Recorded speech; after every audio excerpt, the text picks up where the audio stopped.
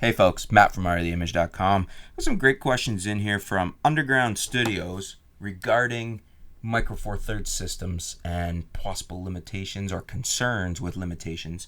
Obviously, someone coming from an APS-C or full frame, they say Underground Studios writes. That's their YouTube username. Also, I guess that we have two comments here. This was a one of two. So the first one they wrote, so what about the EVF video and image quality? So they're wondering about the EVF, how good's the EVF, the video, and the image quality. I have heard images on Micro Four Thirds look compressed. Is the G85 more geared to video users than professional photographers who do portraits?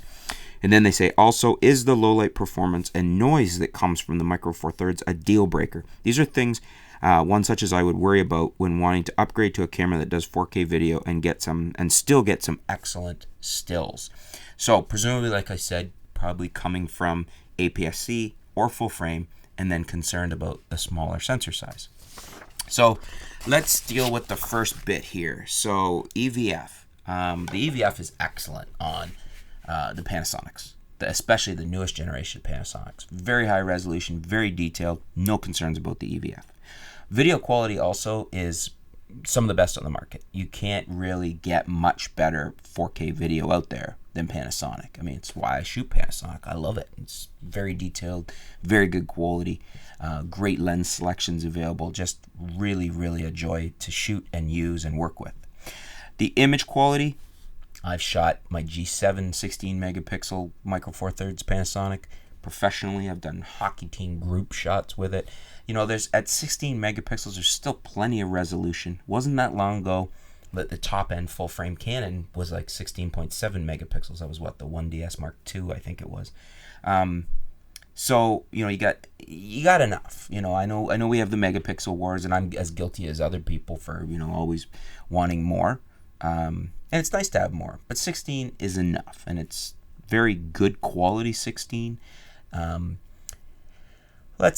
would say that maybe we're about maybe a stop off from the top end Micro Four Thirds, like the G85 and the GX8 and the new coming. Well, the GH5 may not even be a stop off versus the top end APS-C, like the A6500 from Sony, the D7200 from Nikon, and Canon actually isn't equally on par with those two, but very close with the 80D. But you're about to stop off. So, you know, it's not a deal killer. Any good photographer can work within those. And you get the added advantages. You get the ability to shoot 4K. You get a smaller, lighter camera. You get less expensive camera. So, you know, I've done lots of portrait work. And you also have the ability to adapt many beautiful lenses to the Micro Four Thirds system. So, no, it's not a problem for professional work, for portrait work, and you get the best of both worlds. You get top-end video, and you get very, very good image quality for photos as well. Now, to your other point, which was, here we are, the low light performance. Again, no, it's not a deal breaker, like I said, but maybe a stop.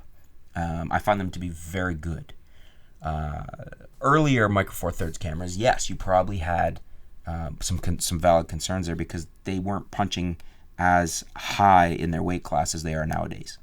And technology's moved along and really closed the gap. I mean, 1-inch sensors are performing pretty darn good at a high ISO. Take a look back at the recent video I just did of the RX100 Mark V doing video at 12,800 ISO.